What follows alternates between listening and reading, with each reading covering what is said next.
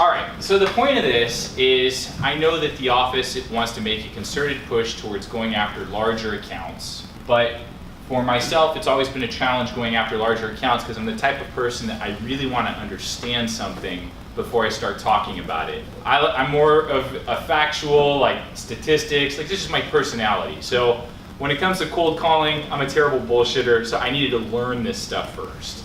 So that's what I've been doing. I've been going out and hitting the pavement and figuring out how to, what the numbers mean and so on and so forth, the statistics. And so here we are today. I'm going to go over, you guys, kind of what I've learned and what my plan is going forward to go after big workers' comp.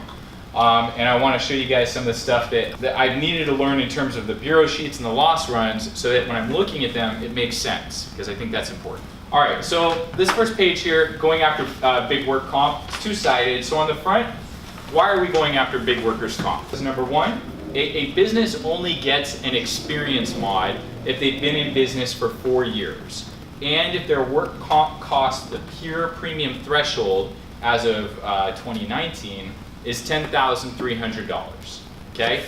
So a business that's been in business for 4 years is probably stable at this point, okay? And because they have an experience mod, they probably have the class codes mostly figured out, so a lot of the work part is done.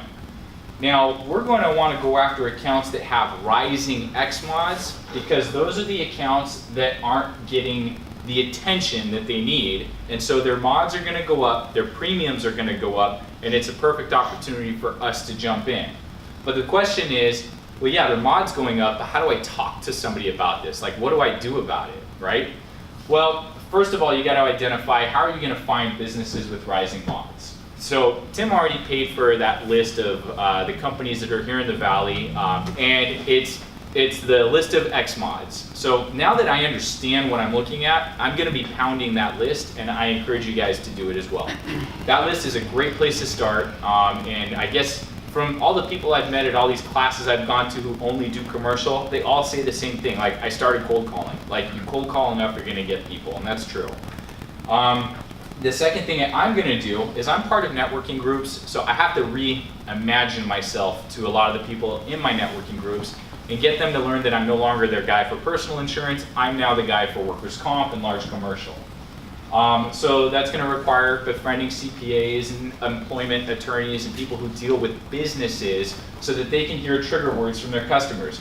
Their trigger words are, my work comp costs are out of control. That's all they have to say. And if they say that, that's my foot in the door. And that's going to be something that most businesses are going to complain about is their work comp costs.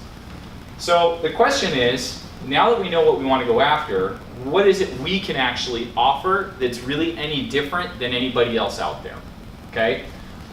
Any broker can quote. Any broker can say, hey, let me bid your insurance this year. I mean, that's great.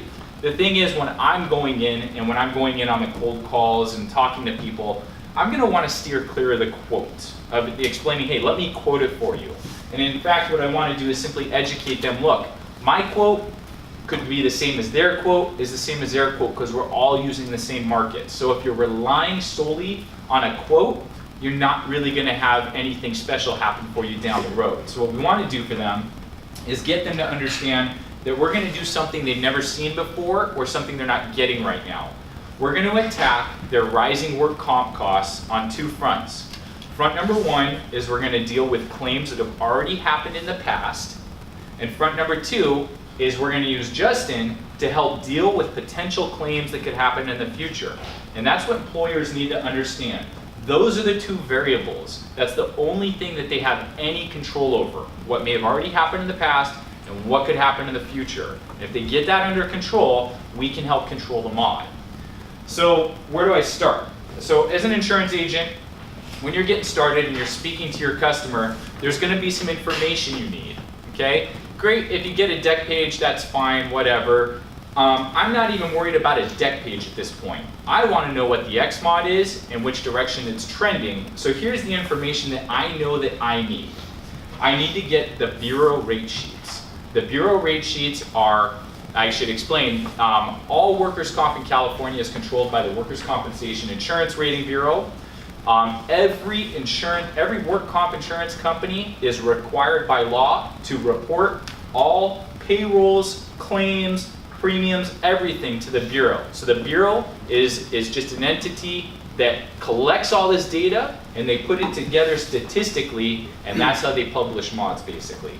So what I need is I need the customer to be willing to sign a letter allowing me to pull his current Bureau rate sheets. And then I also need to explain to him that I need to get loss runs. Now when you say get loss runs, clients their behavior is, oh, if I get loss runs, my broker's gonna be like, oh, he knows I'm shopping, he knows I'm shopping. You can educate the client up front and tell them, look, if you don't wanna send a red flag to your existing broker, maybe you have a relationship, tell your broker you want loss runs because you're hiring a third-party loss consultant. Just tell them that. A third-party loss consultant is a lot less threatening than I need loss runs to give to another broker so he can run my history. So that way it'll be a little less resistance in getting the loss runs. And then you also need to ask the customer what his payrolls were for the most recent year. So if we flip this over, this is broken up into two parts. The top part deals with how we're going to deal with claims that have happened in the past, and the second part deals with how we're going to deal with claims that happen in the future. Now, in order for you as an agent to really be able to vocalize and explain to a client how you're going to deal with claims that happened in the past, you need to be able to understand what you're actually looking at when you get the rate sheets and when you get the loss runs. When I first looked at these, all I saw were a bunch of numbers on a chart that looked a little bit intimidating. When you take some time and really look at it, it's actually very simple. There are 3 pages labeled 1, 2, and 3 in my perfect handwriting at the top. The cover page is like what a Bureau rate sheet looks like, and then the following 2 pages are loss runs that correspond with the same client. So it might be easier if I kind of get up and kind of show you now. All right, when you're looking at this Bureau rate sheet, what you have to understand here is there's a few important parts. The first part is the issue date.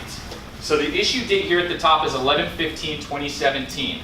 That's the date that the Bureau released this and issued this particular mod. The next thing that you really need to take a look at here and understand on this Bureau rate sheet is this number here called primary threshold.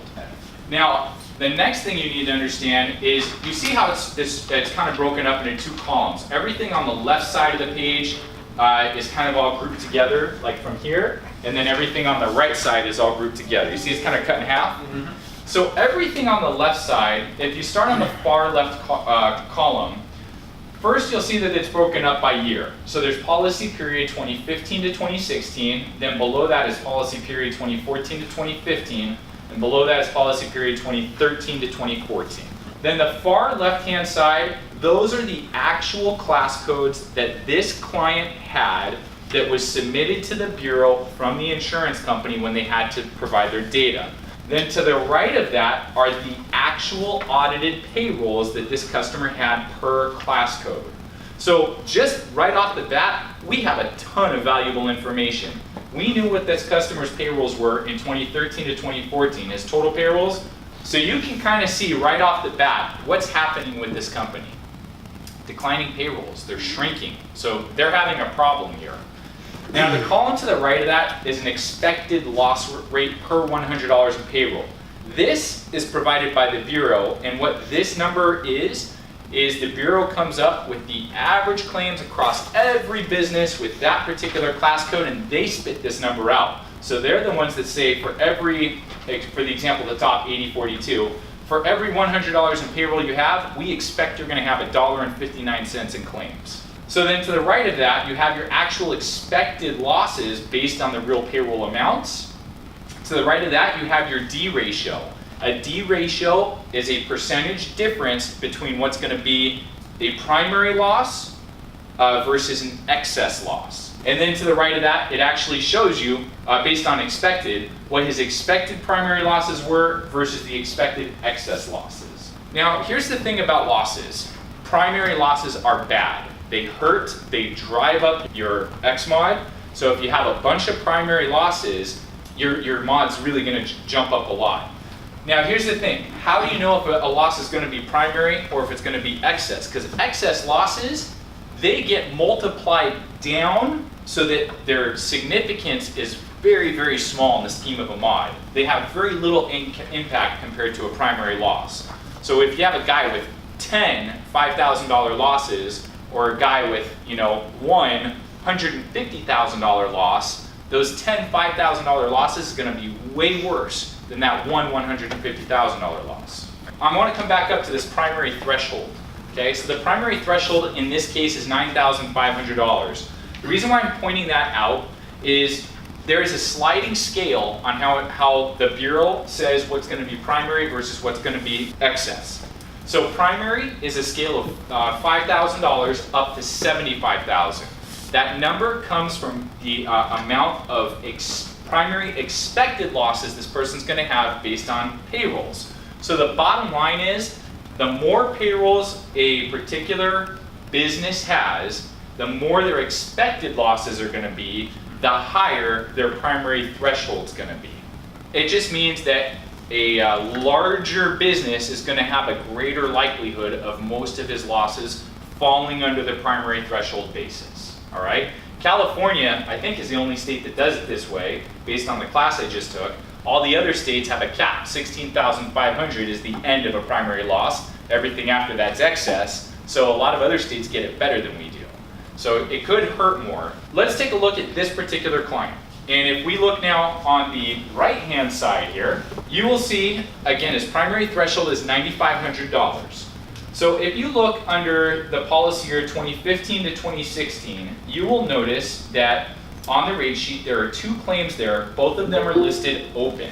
And under open, one of the claims actual losses is $8,500, and the other claim actual loss is $26,505. This is great information because now we already kind of have an idea of what's going on with losses, but this is not telling us the whole story yet. Now this is where your loss runs are going to come in handy.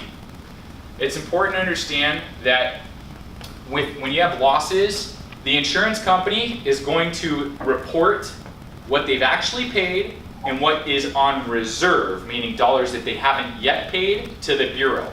The Bureau is going to use both those figures towards calculating your mod.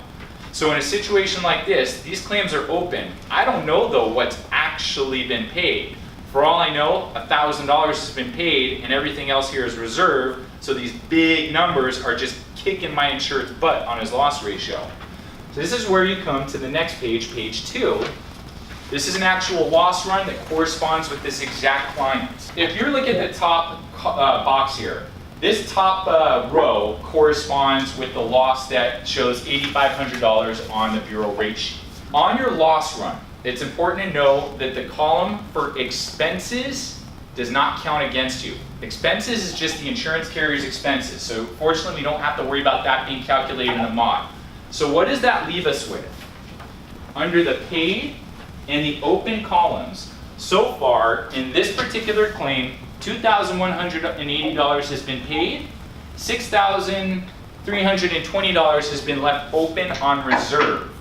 So that means that they've only paid $2,000. There's $6,000 there that never was paid, but that $6,000 is going towards the calculation of my mod. And then if you look at the next one, it's even worse. The next one shows they've actually only paid $10,886, but the final amount is $28,249. So if you just take out the $10,886, that means there's $18,000 sitting there in reserve. So the fact that these are open claims on the Bureau rate sheets is good for us. It means there might be an opportunity to do something about it. If you look further down on the rate sheets, you'll notice that the ones that say closed, they're closed. They're done. That's what was paid. Nothing we can do about it. So the reason why we want to get our Bureau rate sheets is that we can get these and we can immediately look and see, okay, cool, what claim is open, and we get these immediately. Like where loss runs, you may have to wait a couple weeks or days before you get them. So at least this gives us an idea of, are there open claims there that we might have the potential of using AccuComp to get these reserves down. And you'll notice after that, the actual primary losses in this case, if you look under his column there, you will see that if you look all the way down, the highest number is 9,500. Well, that's because his primary threshold is 9,500. So any claim that exceeded that 9,500 went into the actual excess column and those were certainly a lot less impactful towards the calculation of the mod. Okay? So this is why it's important to have both the loss runs and the bureau sheets so that you can actually compare them. And just by eyeballing this, we already know just by looking at it. And all of a sudden we say, hey, there's an opportunity here. There is an opportunity to get a third set of eyes to review this and see if they can reduce that reserve. And if we can get that reserve down, that's going to provide immediate relief on some of this X mod here. That's a selling point. I went through the bureau rate sheets. I just kind of went through the loss runs pretty quick. So what's the whole point of all this? This gives us an opportunity to explain to the client that we're going to use a service. We're going to use AccuComp. And the reason why we're going to use AccuComp rather than us calling out on these claims is because for several reasons. Number one, privacy laws, HIPAA laws, things like that. None of us are licensed medical people, so it's not like they're actually going to discuss claims or treatments or things like that with us. But AccuComp is using licensed people in the medical field that can speak informatively with claims adjusters and then actually get justification on why a claim reserve should be lowered. So that's what AccuComp is doing. They are going to call out on these open claims, and they're going to say, Mr. Claims Adjuster, why do you have $18,000 set aside for this claim? So why don't you get it lowered to 5? You're not going to pay more than 5 more. This claim's, a year and a half old. And they do that, the new numbers get submitted to the Work Comp Rating Bureau, all of a sudden his mod comes down. And all it took was a phone call by somebody in the field. So this is a service that people don't currently get, especially people with rising X mods. Once you can realize that everything that's on these bureau rate sheets is found in the loss runs. All you got to do is have the loss runs that correspond with the years here. And you'll be able to do this exactly this. Open losses, opportunity for Xywave, blah, blah, blah. That's how we're going to deal with claims that happened in the past. You also, once you get a handle on this and you can read this stuff, y'all have heard of Xywave Mod Master. It is much easier than I think any of us think it is. All it is us entering these payroll numbers, the claims information. There's even codes on here. By the way, you guys, if you print these out, I don't know if on the back you have this page here. No. When you print a bureau rate sheet, it's got a decoder key on the back that gives you a little explanation of what everything means anyways. Like the type of claims? Yeah, it even tells you what the codes mean. You'll see a lot of 4s, 5s, and 6s. Also, just real quick, Josh, yeah. in Mod Master, you see where it says B, D, E, C? Those correspond to the boxes in Mod Master. So it'll say enter box D or the number from box D. So yes. It's pretty much just plug and play. It's plug and play is all it is. It's just entering a lot of the data you see here, but if you have the loss runs, you can just get a little bit more detailed with the claims info. And the whole purpose of that is once you enter all this data in, what's great about Mod Master is then you can tell the client, look, if this guy didn't trip and fall because we had a certain control in place, your mod would have been this. Or God, if you let another guy trip and fall just like these other two, your mod's going to go to this. So all it's doing is doing the math for us. That's all it's doing. And then it's putting it nice and pretty on a page so that when you go out there to present, you can easily present and be able to show them, if this happens, then this happens. If this happens, then this happens. And I think that employers or bosses would really appreciate having that data at their fingers. So that's what Mod Master is, and that's a quick rundown of how you can deal with things that have happened in the past. And then I wanted Justin to come up here because this is the guy, all of this is behind the scenes. So you're going to do this, you're going to be able to present, blah, blah, blah. But the whole thing with AccuComp, you're going to get them enrolled. You're going to follow up with AccuComp once every quarter or once every 6 months, but the insured's not going to see it anymore. It's going to be a great selling point up front, but they're not going to see it until you remind them down the road, oh, we were able to get this to happen.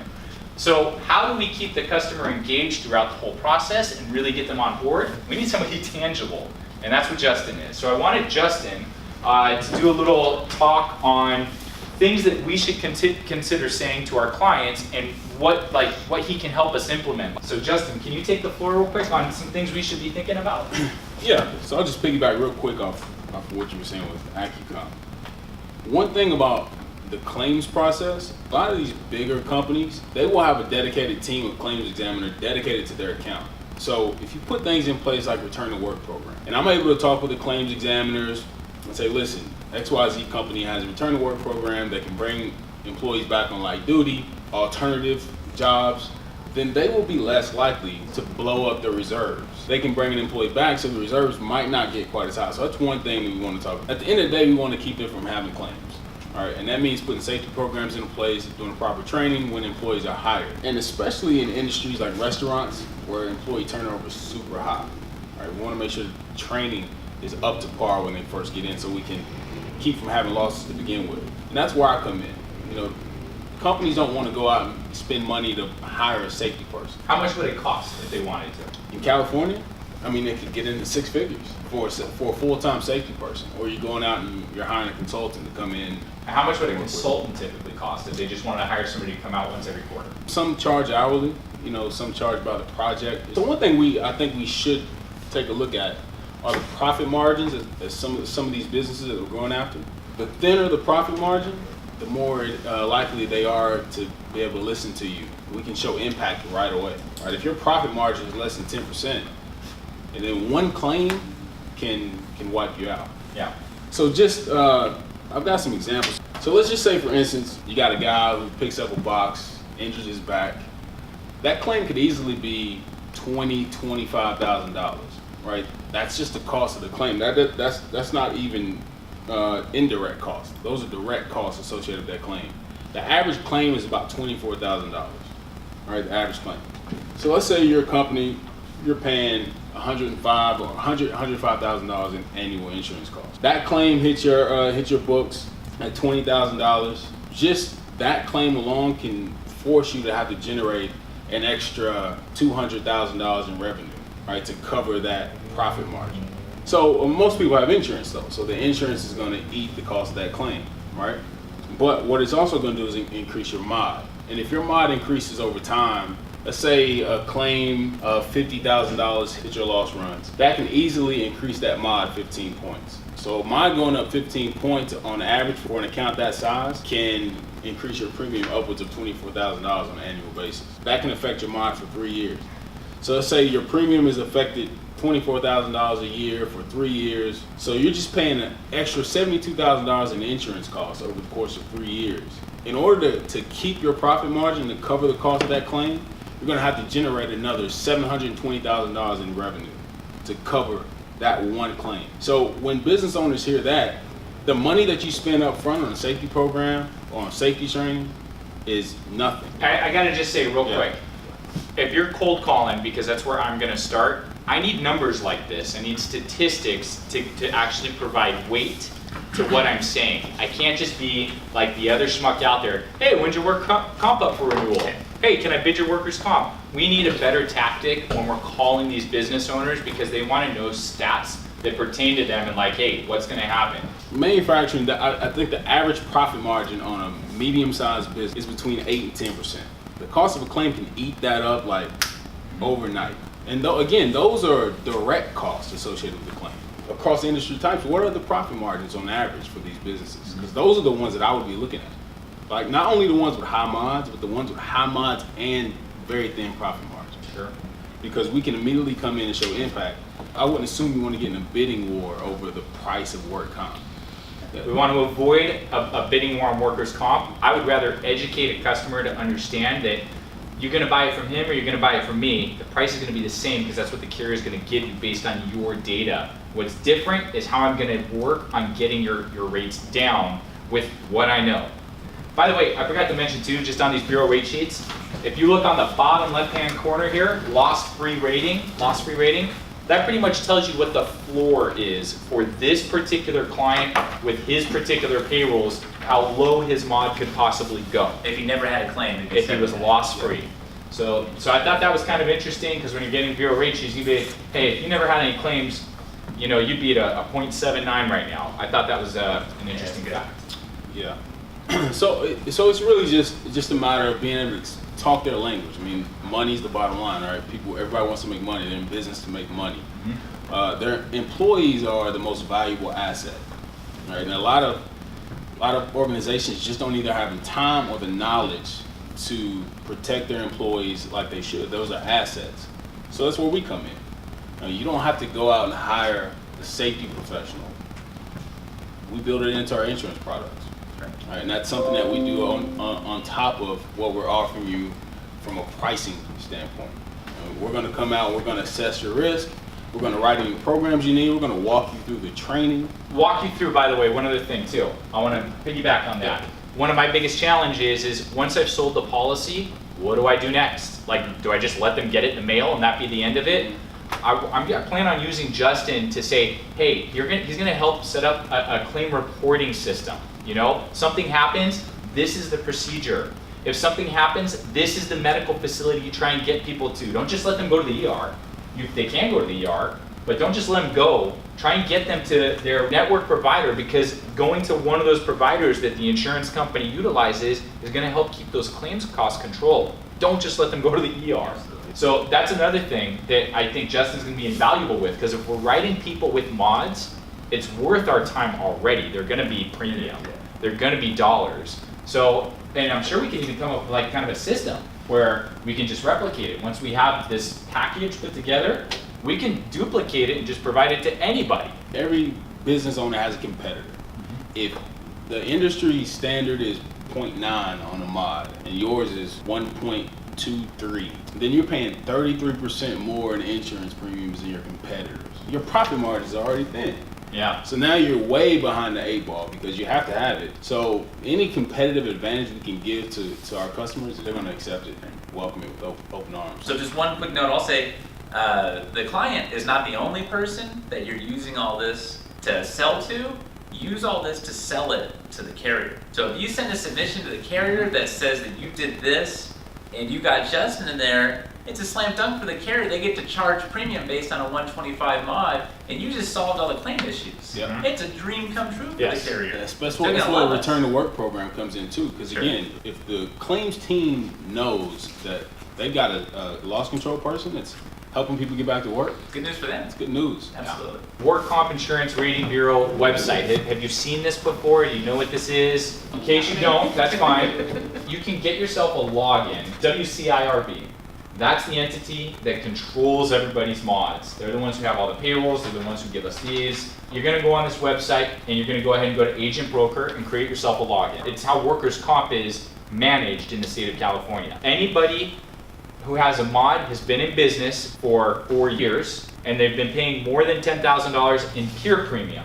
Not adjusted premium. Adjusted premium is discounts or surcharges, but pure premium based on how it's filed. A mod, you have to look at the past 4 years. So when you're looking at your a mod, what goes into it? So like let's say today is October 1st, 2018.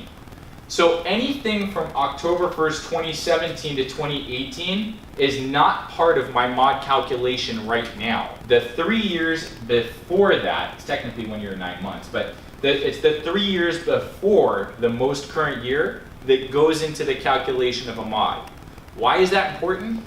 Because the fact that this current year is not being used in the calculation of a mod, if you find out what they are going to be reporting for payrolls, you now have the ability to forecast and tell the client, hey, as long as you didn't have any claims and based on these payrolls, this is what you'd be looking at for a mod. So it gives you the opportunity to tell the client before they're even gonna know what to expect for a mod. Now you look like a freaking wizard. Here at Work Comp Insurance Rating Bureau, go on here, create yourself a login. Once you have a login, you'll actually be able to look up a company and see the history of their mod.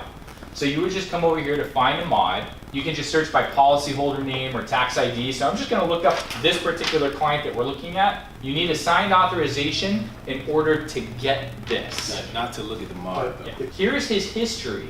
So this guy, back in 2010, he was in 112. He's always been a little high. He shot up. He came back down. He had a couple good years here. So what this means is in 2015, he didn't really have any claims that happened between 2010, 2011, and 2012.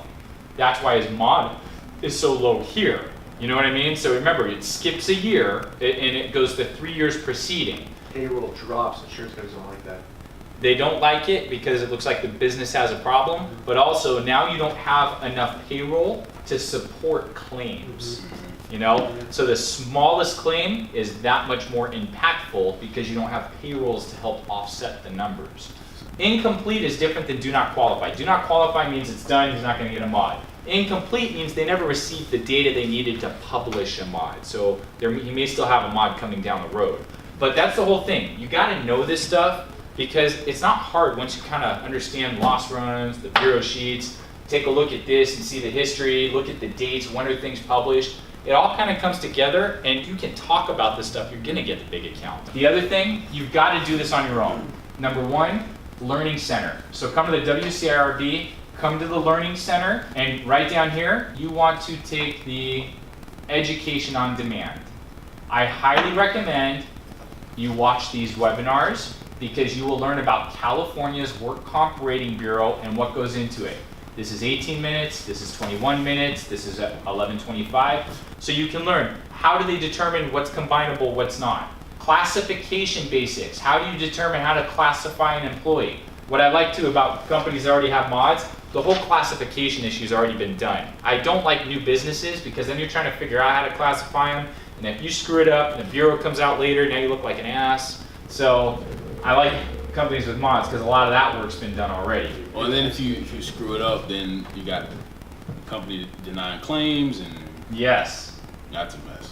Exactly. So on this page, let's say, okay, this is the guy, I want to get this guy's bureau rate sheet. So I can see his mod history, I can see the class codes, but that's all this is going to tell me. In order to get the guts, I need to now click here, authorize rate sheet. So I have to get this form 810 signed, and I have to upload it to them. As soon as I have this signed and uploaded to them, they will send me the bureau rate sheets, or it might even just display It here. literally takes like 5 minutes, I think. It's just an audited thing. Those Yeah. are things Yeah. that we have to have. So you would click right there, and here's a link right here to get to the authorization letter. This is the authorization letter, and you have to explain this to the person up front, because people they're not gonna understand. You have them sign something, they're gonna think, oh, you're just trying to take over my policy. You gotta tell them, this is not giving me your policy. This is giving me the form that I need so I can see what the hell is going on with your losses and see why your XMOD is what it is. And then if you can get a step further and be like, if you get me loss runs, I can predict your mod in the future and what we can do about that too. And if they have a mod, they're pretty big. They should know what loss runs are at this point in their time anyways. They should know how to get them, so it shouldn't be hard. Yeah, they've had to give them to someone in the past. Yeah, it's not a new business that doesn't know anything. Anybody can get this as long as they have a signed authorization. Okay. So this is private data, but it is public if you have a signature allowing you to get it. So it's not like a policy where they're only going to give it to you and nobody else. This is just data they have. So if you get a signed form, they'll give it to you. If somebody else gets a signed form, they'll give it to them. You just need permission, that's all it is. The other thing I wanted to show you is class code lookup. So here, under classification search, if you have a business and maybe they call you and they want to know, like, I got somebody who's going to be a flower person. You can just type in flower and hit search. And now here, it's going to give you a list of all the possible class codes that would pertain towards that search term. So you can kind of help people with classifying as well. This is more helpful on new businesses who haven't already been pre-classified. Yep. For you, it's helpful too in case you see a code. You're like, well, what the hell is 9015? I don't know what 9015 is, so I'll come right over here and I'll type 9015. Oh, okay, I got 9015, so it's one of these versions. It could be a library or a church, it could be a temple, a mosque, or so you get an idea of what the codes mean. And just a heads up, I've seen this a lot where brokers will put the wrong code because they know which codes bring in a higher rating and which ones don't. So they'll give a customer a lower rating code. They might not necessarily fit into that class code. And then it's cool until a claim happens. The insurance company's like, we're not paying it. You classified it wrong.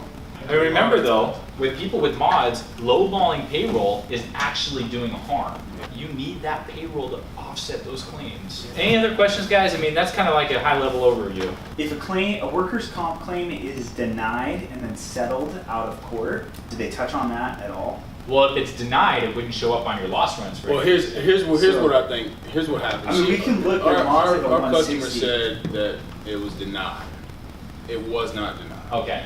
They accepted the claim, and they thought that it was denied. They accepted the claim, but they settled for an amount, right? So they just said, will pay a nominal amount, but they still set reserves on that. Oh, that's okay. Why, that's why it hit. It wasn't. If it was denied, it wouldn't have hit the mod. Yeah. At all. Yeah, if it did. So it was just but customers don't know. Like, Right. They were told by somebody that claim was denied. Well, actually, they just settled it, which is not the same as denying it. They thought when they said settled that it was settled outside of Gotcha. insurance. And by the way, do you guys know under workers' comp, what is the maximum limit of coverage available for an injured worker? Anybody know? Workers' comp is benefits are unlimited. Okay? And I've seen in North Carolina they had an illegal worker who got hurt. Most of the time, what happens or what happens down south is that they'll just leave and go back to wherever they came from, whatever. You know, if they're undocumented because they're afraid they're going to get deported anyway or get arrested, so they'll just get paid under the table. But if they don't, work comp supersedes even immigration laws. Mm-hmm. So they're gonna have to pay that claim regardless. Yeah. And it can get, I mean, you can never close that claim out Yes. And they're only gonna affect you for so many years, but they can stay open forever. forever. But it's only gonna affect the client for, I think it's 3 always years. 3 years, Yeah. So workers' comp, when you're talking to people, is always unlimited. And also, can an employer pay for any part of a claim up front to try and avoid having it part of workers' comp? Not anymore, No. right? Not anymore. They Not used anymore. to be able to, right? So apparently, if an employer asks, can I, what if I just pay for this claim out of pocket? Legally, you are required to report every claim to your insurer. Now, starting next year, the insurer is not going to count the first $250 of medical claims against you in the mod calculation in a way to try and get people like, just report it because we won't count it against you if it's small anyways. So if people ask you that, you should tell them, look, you're required by law to report them. You're not allowed to settle them out of pocket anymore. I know you were able to do that in the past, but the law has changed.